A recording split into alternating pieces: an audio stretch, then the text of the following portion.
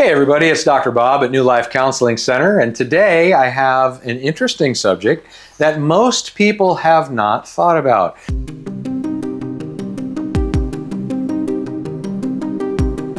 Everybody's familiar with the 5 love languages. Well, from the very same source, Dr. Chapman, he has identified 5 different languages of apology. So as a marriage counselor and a relationship counselor, I deal with problems that people have that are unresolved, and having people actually take an assessment that identifies their language of apology is always very interesting and very helpful. So what are these languages? I'll go through all 5 of them, and I want to describe them in terms of currency. If you receive a gift, you receive something that you value, that's like receiving money. It's like receiving currency. You have a way that you desire for people to apologize to you. If you receive something that you don't value, other people may believe that they apologized, but you didn't hear it because they're talking Swahili and you don't speak that language. So what are these 5 languages? I want to describe them one at a time, and I want to describe them in terms of how they can be taken as an apology, but also how they can be taken as an insult. Have you experienced that? I'd love to hear your stories, where you go to apologize to someone and they're literally offended. So the first language of apology is basically saying that you're sorry. It's expressing regret for what you did, okay? Well, to somebody who values that one, they hear the words, I'm sorry, and they might respond, oh, yeah, I'm sorry too, because that's the value system that the hearer has, okay?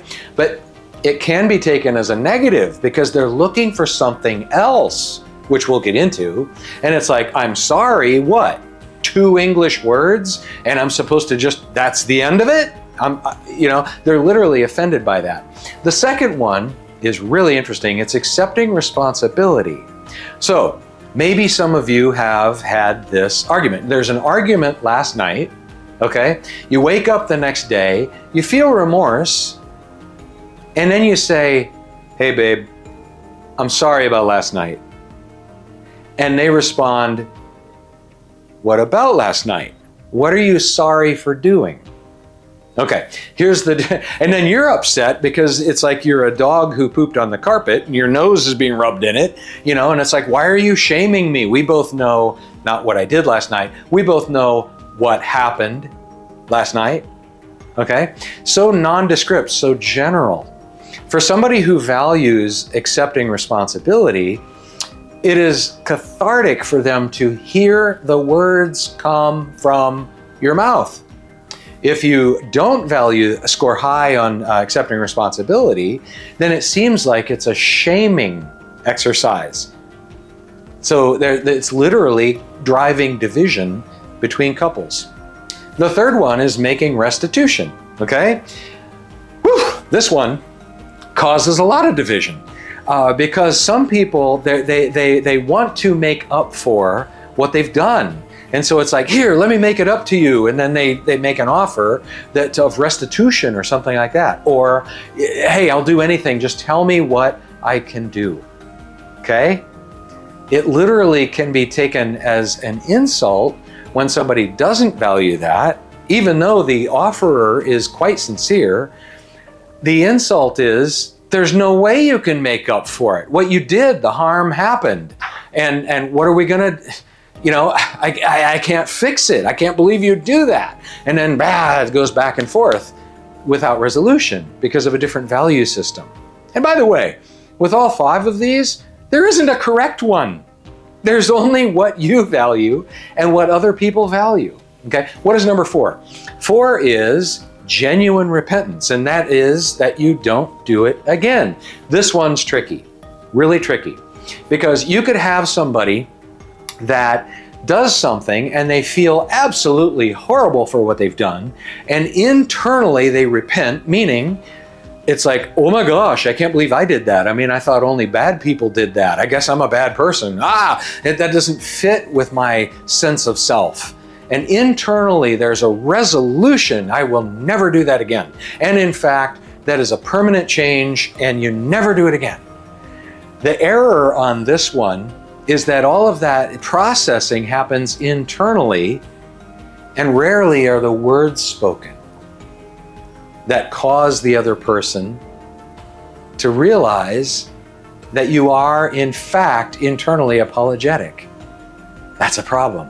Now, in Christian circles, we value humility, and none of us want to feel like, we're all high and mighty, and, that's our value system, right?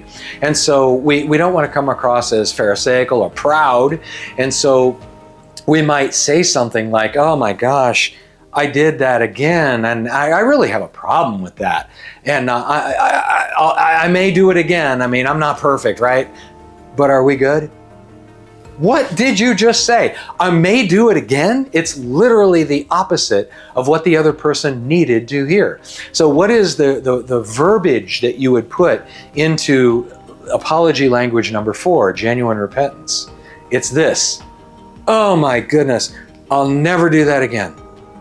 Now this is where I get a lot of pushback from people, because they say they can't promise you're not going to do it again, because after all, I'm a screw up. I've done this my whole life. You know what I mean? But it's okay. It's okay.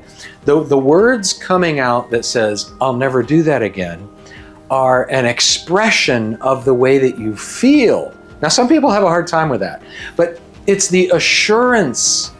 This, with every fiber of my being, I don't want to do this again. That's what you need to communicate with your words. And by the way, don't do it again. Now, I deal a lot with adultery, and adultery is so much more common than what any of you realize. The statistics are staggering. When the injured party has the language of genuine repentance, number 4, it's gonna take time. It doesn't matter what words come their way. The only, one and only way that the apology is understood and received is through time. There's a rule of thumb when it comes to adultery, and that is it takes 18 months before an apology can be believed. There's 18 months of literally CPTSD that is happening to the injured party. That's for another video. But it simply takes the evidence of a changed life with number 4. Now, number 5 is interesting, and that is requesting forgiveness. And so what does that sound like? Oh, forgive me. Or, will you forgive me? Okay. How could that be taken as a negative? To the person speaking those words, if that's your value system, it's as though you're handing a knife to the other person and you're bearing your jugular vein. It's the ultimate act of humility. Will you forgive me? I give you the power to say no. I give you the power to slay me. To the person who does not appreciate that language, it's sort of like this. I can't believe that you would say that.